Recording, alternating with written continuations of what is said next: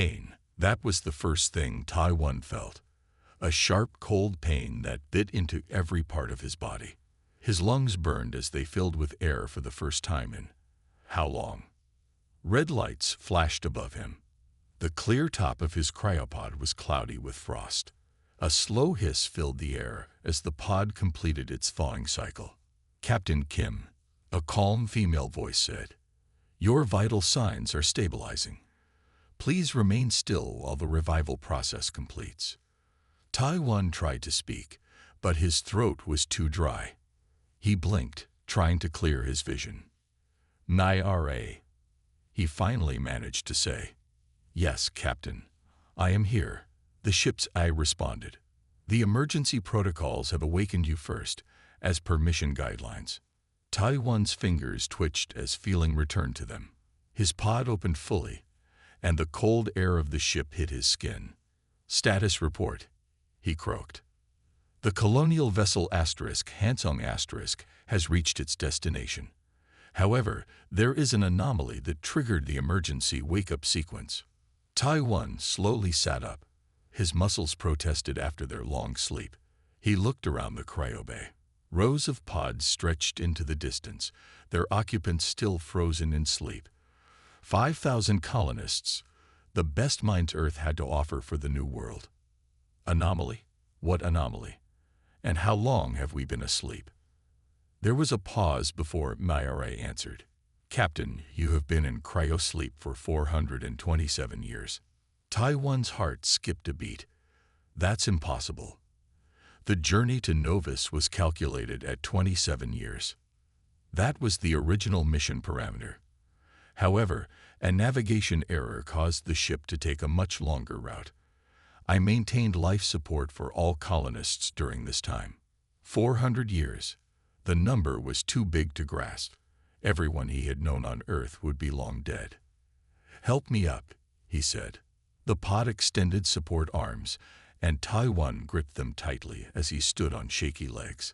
His medical jumpsuit clung to his body, damp with thawing fluid. "I need to see," he said. Tai-1 stumbled through the silent corridors of the ship. Emergency lights cast everything in a red glow. He tapped his temple, trying to activate his augmented reality implant, but it struggled to sync with the ship's systems. "Your neural interface is attempting to update," Myra explained.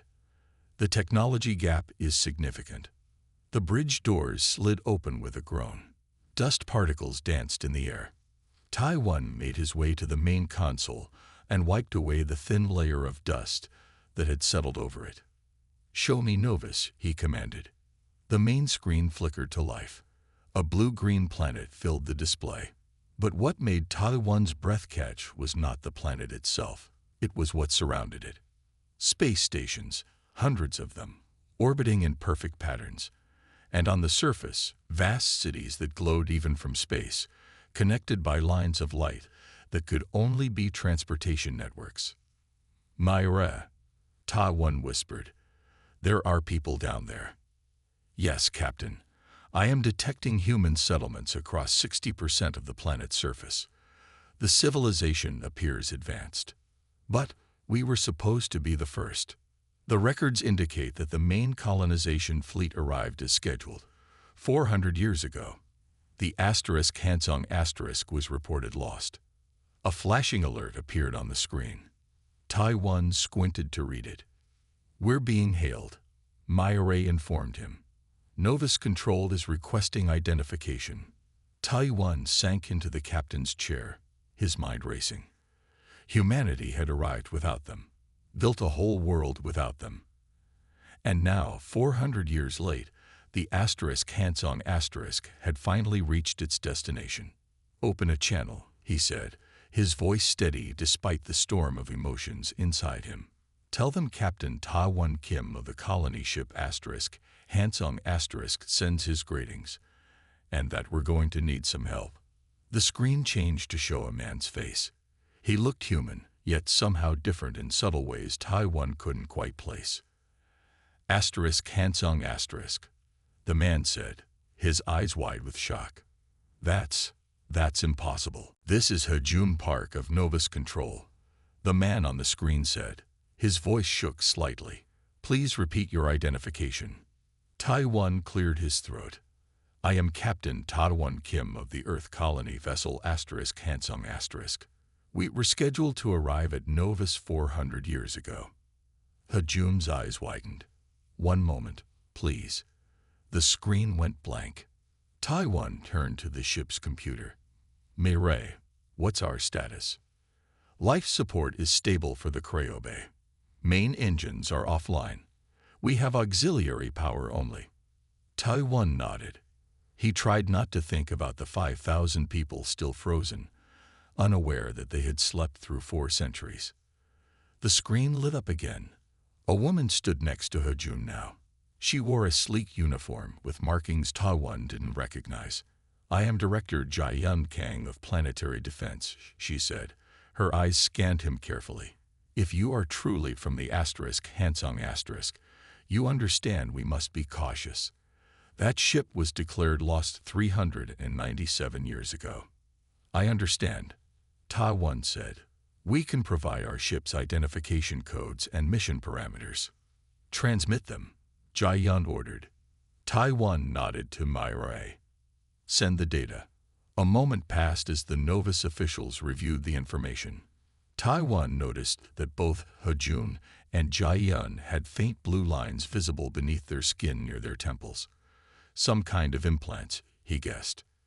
The codes match our historical records, Jai-Yun finally said. Her tone softened slightly. Captain Kim, your ship was part of the 3rd wave of colonists. The 1st and 2nd waves arrived safely and founded our civilization. What happened to Earth? Tai-1 asked, dreading the answer. Jai-Yun and Hajun exchanged glances. Earth suffered environmental collapse shortly after your departure, Hajun said. The last messages we received indicated widespread disaster. No further ships arrived after the 4th wave. Tai-1 felt cold. Earth was gone. His home, his family, everything he had known. We need to dock, he said, pushing aside his grief. My crew is still in cryosleep. We have limited power. We're sending coordinates now, Jai-Yun said. A guide ship will escort you to our orbital station. Do you have control of your navigation systems? Tai-1 checked the console. Basic maneuvering only. Our main engines are offline. We'll send tugs to assist, Jai-Yun said. Captain, I must ask, how many crew members are aboard? 5,000 colonists, Tai-1 answered. Scientists, engineers, doctors. The best minds Earth could send. Hajun gasped. 5,000 unmodified humans, he whispered to Jai-Yun. Tai-1 frowned. Unmodified. Jai-Yun shot Hajun a warning look. We will discuss this when you dock, she said. For now, prepare your ship for arrival. Medical teams will be standing by. The screen went dark. Tai-1 stood alone on the bridge, trying to process everything. 400 years. A new human civilization. Earth, gone. He walked to the window and looked out at the planet below. Novus was beautiful, its continents lined with the lights of cities. But it wasn't the empty world they had come to build. It was already home to generations of humans who had lived and died while the *Hansong* drifted through space. Mireille, he said, wake up Chief Medical Officer Su-Min Lee. I need her help before we dock. Yes, Captain. Tai-1 watched as a small ship appeared, its lights blinking as it approached the *Hansong*. His mind raced with questions. What had happened to make their journey take so long? Why had the ship's systems allowed them to sleep for centuries?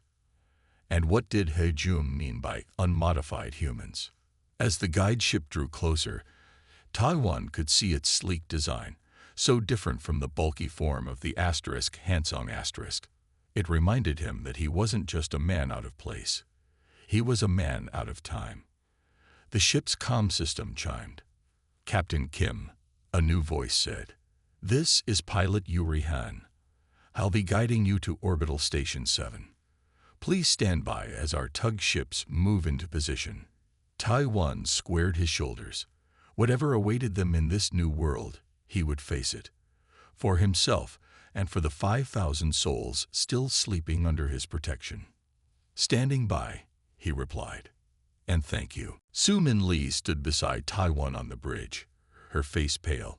She had been awake for only an hour, but she understood their situation quickly. 400 years, she whispered, watching as the tug ships guided the Hansong toward the massive orbital station.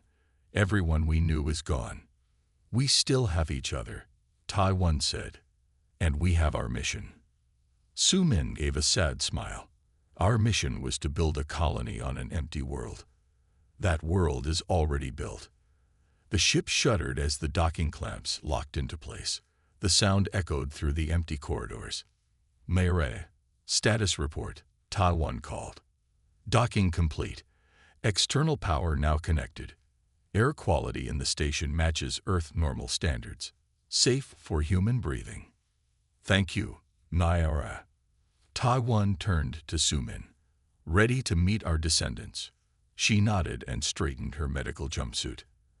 As ready as I'll ever be. The airlock cycled open with a hiss. Director Jia Yun stood on the other side with a small team. They all wore the same uniform with slight variations. Each had those strange blue lines under their skin. Captain Kim, Dr. Lee, Jia Yun said with a small bow. Welcome to Orbital Station 7. Taiwan and Su Min stepped through the airlock. The station's bright lights made them squint after the dim red emergency lighting of their ship. Thank you for your help, Taiwan said. Our power systems were nearly depleted. Jia Yun nodded. Your ship's design is historical. We've only seen it in museums. One of Jia Yun's team stepped forward, his eyes wide with wonder. I'm Du-Hyen Choi, Chief Scientist of the Integration Committee. We formed it as soon as we confirmed your identity. He couldn't stop staring at them. You're actually from old Earth, before the collapse. The collapse? Su Min asked. Jia Yun gestured to a large meeting room nearby. Please, let's sit. There is much to explain. The room had a window that faced Earth's sun, now just a bright star in the distance. Taiwan felt a pang of homesickness looking at it. 3 months after your ship left Earth, Jia Yun began. A series of environmental disasters struck. Our records are incomplete, but we know that rising sea levels, extreme weather, and resource wars devastated the planet. The 4th wave of ships was the last to leave, Du-Hyun added. They arrived here carrying refugees, not colonists. They brought news that Earth was becoming uninhabitable. Taiwan closed his eyes for a moment. The Earth he knew, green oceans, blue skies, was gone. What happened to the Hansong? Su Min asked. Why did our journey take so long?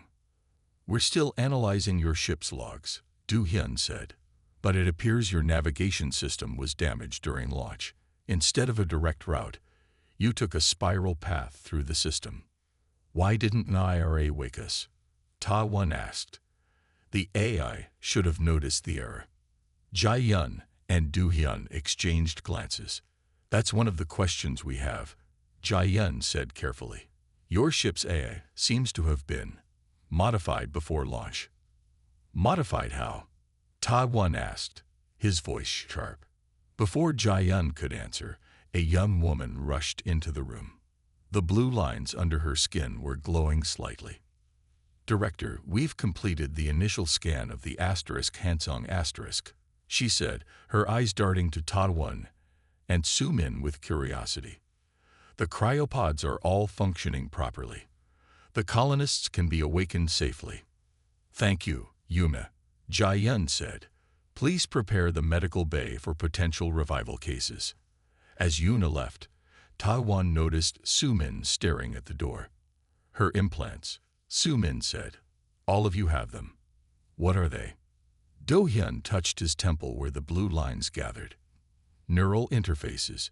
They connect us to the grid, our information network. Everyone on Novus receives them at birth. That's what He Jun meant, Taiwan realized, when he called us unmodified humans. Jia Yun nodded. Humanity has evolved in the centuries since you left Earth, both culturally and physically. Your people, the 5,000 on your ship, are the last pure humans from Earth, a living connection to our past that we thought was lost forever. We need to wake up more of our crew, Taiwan said, especially our chief engineer. The Hansong needs repairs. Jiayun nodded. We agree, but there are concerns about bringing 5,000 people from the past into our society all at once. The meeting room door opened, and 3 more people walked in. They wore formal clothes with small badges that marked them as government officials. Captain Kim, Dr. Lee, these are members of the Novus Governing Council, Jiayun explained. A tall man stepped forward. I am Counselor Da Jung-shin. We have called an emergency session about your arrival. He looked at them with open curiosity. It's not every day that history literally comes knocking on our door. What will happen to our people? Su-min asked. That's why we formed the Integration Committee, Do-hyun said eagerly. We want to help your crew adjust to modern society, but it won't be easy. Counselor Shin nodded. Your people represent valuable genetic diversity. The population of Novus all descended from the original colonists, less than 30,000 people. Over time, our gene pool has become limited. Taiwan frowned. So you see us as breeding stock? An older woman among the counselors stepped forward. No, Captain. We see you as our ancestors, returned to us like a gift. I am Counselor Ma Young-ryu. My family has studied the history of the lost ships for generations. Her eyes were kind. But some fear that your people will struggle to adapt to our world. The cultural shock alone could be traumatic. We need to wake up Jun Ho-yoon, our chief engineer, Taiwan insisted. The ship's systems are failing. We can discuss integration plans after we secure the safety of everyone on board. The counselors exchanged glances, then nodded. Agreed, Counselor Shin said. We will help you revive your engineer.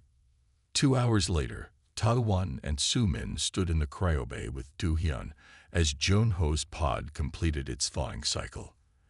The engineer blinked slowly as the lid opened. Captain, Jun-ho croaked. Did we make it to Novus?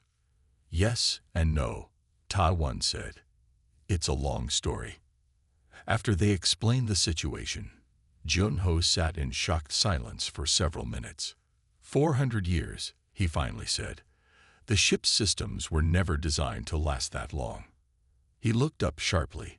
Wait, if we were lost in space for centuries, why didn't NIRA wake us up? The AI is programmed to revive the crew if there's a navigation error. That's what we need to find out, Taiwan said. Can you check the ship's systems, see if there was a malfunction, or something else? Jun-ho nodded and stood on shaky legs. I'll need access to the main computer core. I can help, Do-hyun offered. Our technology has advanced, but I studied historical systems. As they made their way to the computer core, Taiwan noticed Jun-ho staring at Do-hyun's neural implants. Are those in your brain? Jun-ho asked. Do-hyun nodded. They enhance cognitive functions and connect us to our network. Most children receive their first implant at age 5. Jun-ho looked troubled but said nothing more. The computer core was housed in a large room at the center of the ship. Jun-ho went straight to the main terminal and began typing commands. There's something strange here, he said after a few minutes. There are encrypted files in MyRay's database. High-level security clearance required, even above your access, Captain. Can you break the encryption? Taiwan asked. Not easily, Jun-ho replied. This is military grade. Do-hyun stepped forward. Perhaps we could help. Our decryption technology is more advanced. Taiwan hesitated. These files could contain sensitive information about their mission, but they needed answers. Let's try, he decided. But we do this together. As they worked, Su-min received a call from Jiayun. Her face appeared on a small screen. Dr. Lee, we've prepared quarters for your awakened crew, Jiayun said. Also, The Integration Committee has its first formal meeting tomorrow. Your presence is requested. I'll be there, Sumin promised. When she returned to the computer core, she found the three men staring at the screen in silence. What is it? She asked. What did you find? Taiwan turned to her, his face pale.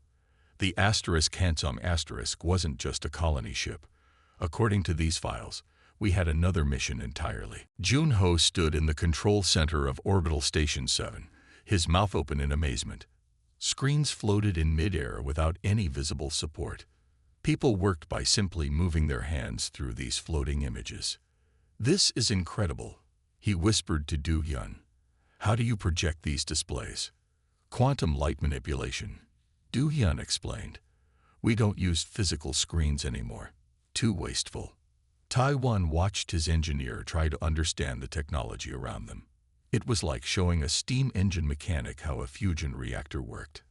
We'd like to transfer your ship's data to our systems for analysis, Jae-yun said. With your permission, of course. The encrypted files stay secure, Taiwan insisted. We still don't know what they contain. Jae-yun nodded. Agreed. We're only interested in the technical data for now. Su-min joined them from the medical bay where she had been examining the health readings from the cryopods. The colonists are stable, she reported, but some are showing early signs of neural degradation from extended cryosleep. We should wake them soon. How soon? Jae-yun asked. Weeks, not months, Su-min said firmly. Jae-yun looked troubled. The Integration Committee needs more time to prepare. 5,000 people from the past will cause disruption. They'll die if we wait too long, Su-min countered. Taiwan stepped between them. Let's focus on what we can do now. Jun-Ho, what do you need to stabilize the ship? The engineer rubbed his chin. The power systems are my biggest concern. The fusion reactors are running at 12% capacity. They were never meant to operate for 400 years. We can help with power, Do-hyun offered. Our technology is much more efficient. Thank you, Taiwan said. But we need to learn about your world too. How much has changed in 400 years? Do-hyun smiled and touched his temple. The blue lines under his skin glowed briefly. A moment later, a floating display appeared in front of them. This is our current technology level, he said. Compared to yours. The display showed two timelines. The **Hansong's * technology was marked at one point. The current Novus technology was far beyond it. You've advanced that much? Jun-Ho asked, astonished. Yes and no, Do-hyun said. Some areas developed quickly. Computing, medicine, energy. Others stagnated. What do you mean? Su-min asked. Jae-yun sighed. When the colonists arrived, they focused on survival. Some knowledge was lost. We had to rediscover certain technologies. Like what? Jun-Ho asked. Your terraforming equipment, Do-hyun said eagerly. It contains techniques we've been trying to recreate for decades. Your ship carried the most advanced terraforming systems ever built on Earth. Taiwan remembered the mission briefings. The Hansong * had been loaded with special equipment to make Novus more Earth-like. You mean you need our old technology? He asked. Very much so, Jae-yun admitted. Your arrival could advance our planetary development by 50 years. Jun-Ho looked thoughtful. I'd like to see your power plants. Maybe we can learn from each other. As the others talked, Taiwan slipped away and found a quiet corner. He activated his communication device. My RA, are you there? Yes, Captain. The I's voice came through clearly. I need you to wake up Security Specialist Min Ju-kwon. Quietly. Don't tell anyone else. Is there a security concern, Captain? Taiwan looked back at the others. I don't know yet, but I need someone who can investigate those encrypted files without outside help. Understood. Beginning wake-up sequence for Pod 347. Taiwan rejoined the group as they prepared to tour the station's power facility. Everything okay? Su-min asked him quietly. Just checking on the ship, he replied. The more I learn about this future, the more questions I have. Su Min nodded. Like why our ship was programmed to arrive 400 years late, just when they need our technology. Taiwan lowered his voice. Exactly. This doesn't feel like an accident anymore. As they walked through the gleaming corridors of the station, Taiwan couldn't shake the feeling that the Hansong had arrived right on time, just not for the reasons they had been told. Min Jiquan moved silently through the empty corridors of the Hansong. Her security training made her cautious by nature, and waking up 400 years in the future had only heightened her wariness. Captain, I've reached the secure server room, she whispered into her communicator. Good, Taiwan replied. I'm keeping the Novus officials busy with Junho's inspection tour. You should have at least 2 hours. Minji placed her palm on the scanner. The door slid open with a hiss. Unlike the main computer core, this room was only accessible to security personnel. Beginning decryption sequence, she said, sitting at the terminal. Her fingers flew over the keyboard. These files have the highest security rating I've ever seen. Whatever's in here, Earth didn't want anyone to know about it. Meanwhile, Taiwan, Su Min, and Junho followed Jiayun and Du Hyun through Novus's massive power facility. The room hummed with energy from dozens of small cylinders that glowed with blue light. Each quantum cell produces as much power as your entire ship's reactor, Du Hyun explained proudly. Junho was impressed, but noticed something odd. Your power signature has strange fluctuations, almost like you're powering defense systems. Jiayun and Du Hyun exchanged quick glances. Very observant, Jiayun said carefully. We maintain a planetary defense grid, but it's never been activated. Defense against what? Taiwan asked. Before Jiayun could answer, Taiwan's communicator buzzed. Excuse me, he said, stepping away. Captain, Minji's voice was tight with urgency. You need to see this now. I'll be right there, he said, then turned to the others. I need to check something on the ship. Junho, continue the tour. Su Min, come with me. 10 minutes later, Taiwan and Su Min stood behind Minji in the secure server room, staring at the screen in disbelief. Is this verified? Taiwan asked. Minji nodded. The files were signed by Earth Central Command. They're real. The screen showed star maps with a series of red markers moving slowly toward Novus. The data was clear. Something was coming from deep space. According to these files, Minji said, Earth detected signals from this region of space a year before our launch. They believed it was an alien intelligence, and it wasn't friendly. Aliens? Su Min whispered. Actual extraterrestrial life. The signals contained weapons signatures and movement patterns consistent with a military fleet. Minji continued. Earth predicted they would reach Novus in approximately 400 years. Taiwan's mind raced. So our delay wasn't an accident. We were meant to arrive now. Yes, Minji agreed. The Hansong was deliberately programmed to take the long route. We're a time capsule sent ahead to warn the colony. But why not just tell the first colonists? Su Min asked. Minji scrolled through more files. Fear of panic. They wanted the colony established first. And there's more.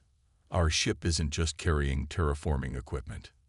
She pulled up schematics of the Hansong's cargo holds. Hidden within the massive terraforming machines were weapons systems unlike anything they had seen before. Prototype defense technology, Minji explained, designed specifically to counter the alien threat. Taiwan sat heavily in a chair. We need to tell Jiayun. Wait, Minji said, her voice dropping. There's something else. She pointed to a flashing alert in the corner of the screen. The ship's long-range sensors activated when we docked with the station. They're detecting approaching vessels at the edge of the system. Configuration unknown. Taiwan's blood ran cold. They're already here. At that moment, alarms began to sound throughout the station. Jai-yun's voice came over the communication system. "Captain Kim, please report to the command center immediately. We have an emergency situation." Taiwan, Sumin, and Minji rushed through the corridors. When they reached the command center, they found Jai-yun staring at a large display. It showed several objects approaching Novus from deep space. "We've detected unknown vessels entering our system," Jai-yun said, her face pale. "Nothing like this has happened in our entire history." Taiwan stepped forward. "We know what they are," he said, "and we know why the Hansong really came here." Silence filled the command center as Taiwan explained everything they had discovered. When he finished, Jai-yun sat down heavily in her chair. "All this time," she said quietly, "we thought we were alone in the universe." "Your ancestors knew better," Taiwan replied, "and they sent us to help you." Do-hyun studied the schematics of the hidden weapon systems with growing excitement. "This technology is amazing. Some of it matches theories our scientists developed, but we never managed to build working models." "How many ships are approaching?" Minji asked, always focused on the tactical situation. A young officer at the scanning station answered, 7 vessels, moving in formation. They'll reach outer orbit in 18 hours. Jai-yun stood up. "We need to inform the Council immediately and prepare our defenses." "What defenses do you have?" Taiwan asked. Jai-yun's expression was grim. "Nothing that could stop a determined attack. We have orbital platforms with energy weapons, but they were designed for asteroid defense, not war. Then we need to get the Hansong's weapons online," Minji said. "Fast." Junho shook his head. "That won't be easy. The systems have been dormant for 400 years, and they were never fully tested to begin with." "We have no choice," Taiwan said. "Junho, take a team and start working on the prototype shields. Minji, coordinate with Novus Security to develop defensive strategies." "What about the rest of our crew?" Sumin asked. 5,000 people still in cryosleep. Taiwan looked at Jai-yun. "We need to make a decision. Wake them or keep them safe in stasis." "The integration committee is meeting in an hour," Jai-yun said. "This changes everything." The meeting room was packed with council members. Many joined through holographic projections. The news of alien contact had spread quickly among Novus leadership. "Let me understand this clearly," Councillor Shin said. "Earth knew about this threat and sent you as a delayed defense force." "Yes," Taiwan confirmed. "The Hansong carries weapons specifically designed to counter these aliens." "But your weapons are 400 years old," another councillor objected. "How can they possibly be effective?" Do-hyun stepped forward. "That's the remarkable thing. The technology in these weapons is still advanced by our standards. Earth was developing military systems far beyond what they shared with the public. The question remains," Jai-yun said, "do we wake the rest of the Hansong crew?" They were selected not just as colonists, but as defenders. The council chamber erupted in debate. Some argued that waking 5,000 people would cause too much disruption. Others insisted they needed every advantage against the alien threat. While the politicians argued, Junho was aboard the Hansong with a team of Novus engineers working to activate the hidden defense systems. "Careful with that connection," he told a young engineer. "These power conduits are unstable after all this time." The engineer looked at the outdated technology with confusion. "This is so primitive." Junho smiled. "Sometimes old and simple is better than new and complex. These systems were built to last and to be repaired with basic tools." As they worked, Junho realized something important. "Your modern ships, can their systems be easily modified?" The engineer shook his head. "Not really. Everything is integrated through quantum networks. Changing one system requires reprogramming the entire ship." "That might be a problem," Junho muttered. Back in the council chamber, Taiwan made his final argument. My people were sent here for this moment, he said firmly. They trained for it, even if they didn't know it. And there's another factor to consider. He nodded to Sumin, who displayed her medical findings. We've discovered something unexpected, she explained. The neural implants all Novus citizens have may be a vulnerability. What do you mean? Counselor Ryo asked. The alien signals contain patterns that could potentially interface with your neural networks, Sumin said. But our crew, we have no implants. We're immune to that kind of attack. The room fell silent as the implications sank in. The ancient humans weren't just bringing old weapons. They themselves might be the ultimate defense against the coming threat. We need to vote, Jiayun said finally. Do we wake the defenders from the past? The council's debate became pointless when the alien ships suddenly accelerated toward Novus. Their estimated arrival time dropped from 18 hours to just 4. They must have detected our scans, Jiayun said, rushing back to the command center with Taiwan and the others.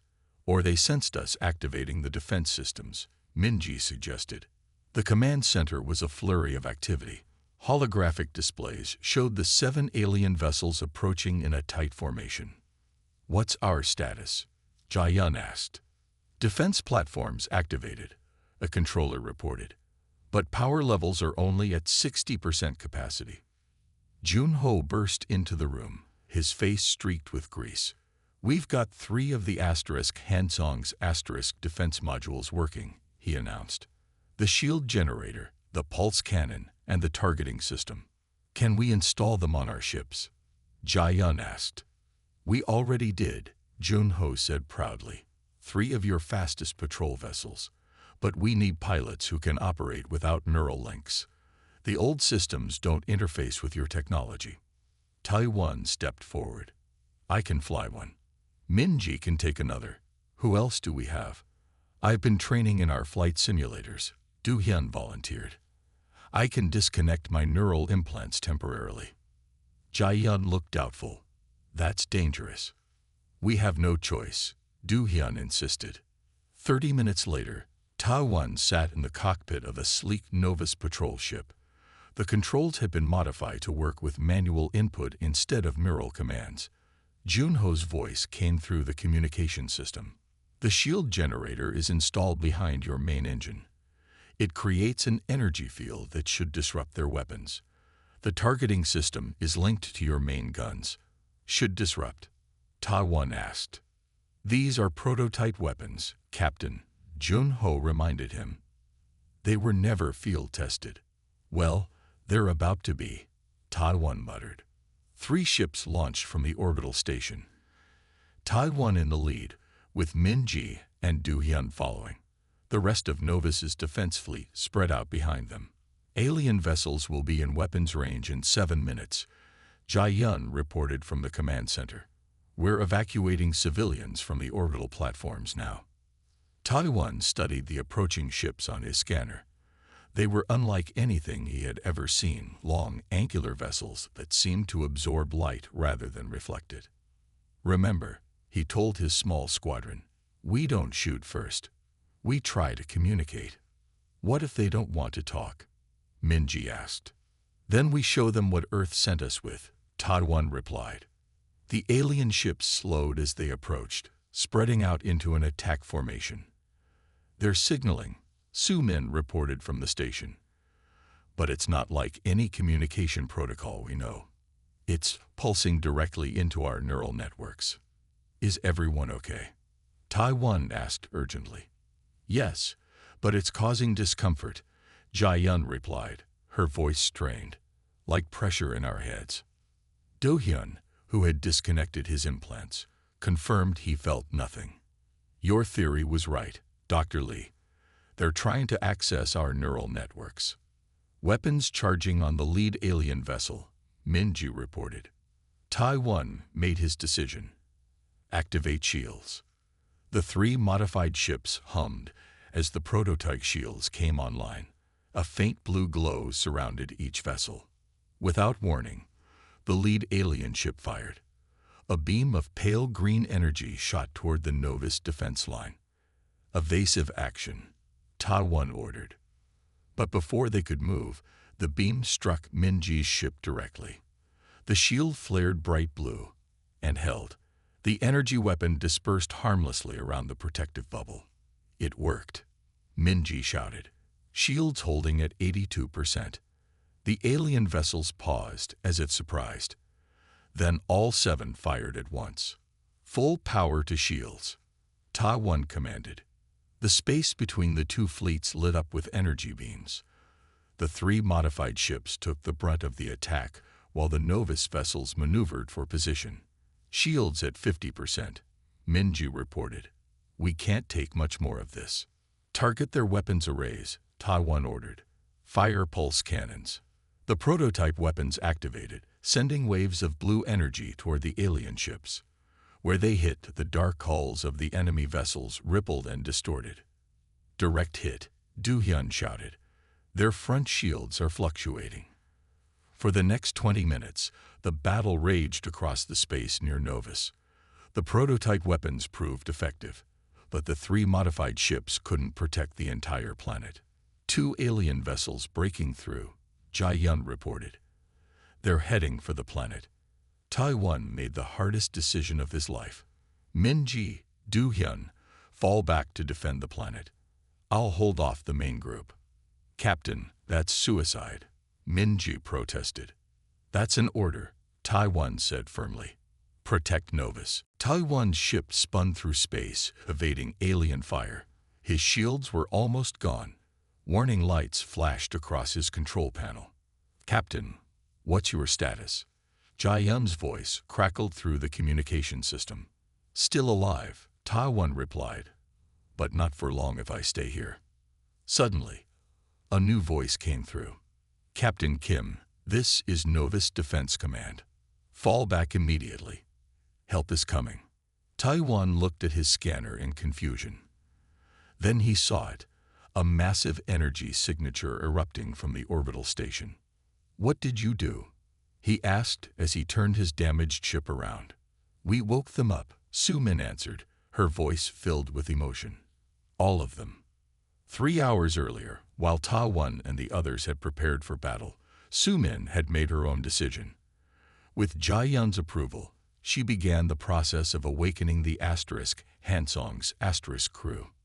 We can't wake all 5,000 at once, she had told the council, but we can revive the essential personnel, pilots, engineers, weapons specialists. Now, as Ta-1 retreated from the alien ships, he saw the results of that decision. 20 Novus vessels, newly equipped with the Hansong's prototype technology, streamed from the orbital docks. At their controls were pilots from Earth, people who had trained for space combat 4 centuries ago. This is Squadron Leader Hee-young Park, a woman's voice announced. Earth Defense Force, reporting for duty. Sorry we're late, Captain. Ta-1 laughed despite his exhaustion. Better late than never, Squadron Leader. The reinforcements engaged the alien vessels with perfect coordination. The Earth pilots had no neural implants to be affected by the alien signals, and they handled the hybrid ships with skilled precision. They're retreating, Minji reported as the alien ships began to pull back. Cheers erupted across all communication channels, but Junho's voice cut through the celebration. Don't get too excited, he warned. Our long-range scanners show more signatures at the edge of the system, many more. 1 week later, the Integration Committee met in a much larger room. Nearly 300 awakened crew members from the Hansong sat alongside Novus officials. The room buzzed with the energy of 2 civilizations learning from each other. The alien fleet is gathering strength, Jae-yun reported. Our best estimates show they'll return in force within 2 months. By then, we'll be ready, Ta-1 promised. Su-min stood to present her findings. We've confirmed that the unmodified human brain has natural resistance to the alien signals. My medical team is working with Novus doctors to develop shielding for citizens with neural implants. And we're mass-producing the defense technology, Junho added. Every ship in the Novus fleet will have shields and pulse weapons within a month. Do-hyun, who had become the main link between the two human civilizations, spoke next. The Integration Committee has new priorities now. We're no longer just finding ways for the Hansong crew to join our society. We're learning how to fight together. Counselor Ryu, who had studied Earth history all her life, smiled at the visitors from the past. 400 years ago, we thought you were lost. Now we understand you were sent ahead to save us. Taiwan shook his head. Not to save you, to join you. Earth knew that humanity would need all its strengths to face this threat. Your advanced technology and our simpler approach. Minji showed tactical displays of the coming battle. The alien scouts have rejoined their main fleet. Next time, they'll come in force, but now we know their weaknesses. As the meeting continued, Taiwan stepped away to look out the large window. From here, he could see both Novus below and his ship docked nearby. The Hansong looked old and battered next to the sleek Novus vessels, but it had served its purpose. Su Min joined him at the window. Thinking about Earth? She asked. Thinking about time, he replied. We lost everything. Our world, our time, our future as we imagined it, but we gained a new purpose. The crew is adapting well, Su Min said. There's so much to learn from this new world, and so much to teach them, Taiwan added, like how to fight, how to survive. The remaining crew of the Hansong was being awakened in groups now, each person finding their place in this future world. Some joined defense forces, others worked with Novus scientists on new technology, and many helped prepare the population for the coming conflict. You know, Su Min said with a small smile, in a way we fulfilled our original mission after all. How so? We were sent to help build a new world for humanity, she said. It just turned out that the world was already built, but it still needed us. Taiwan watched as a squadron of hybrid ships, Novus vessels with Earth technology,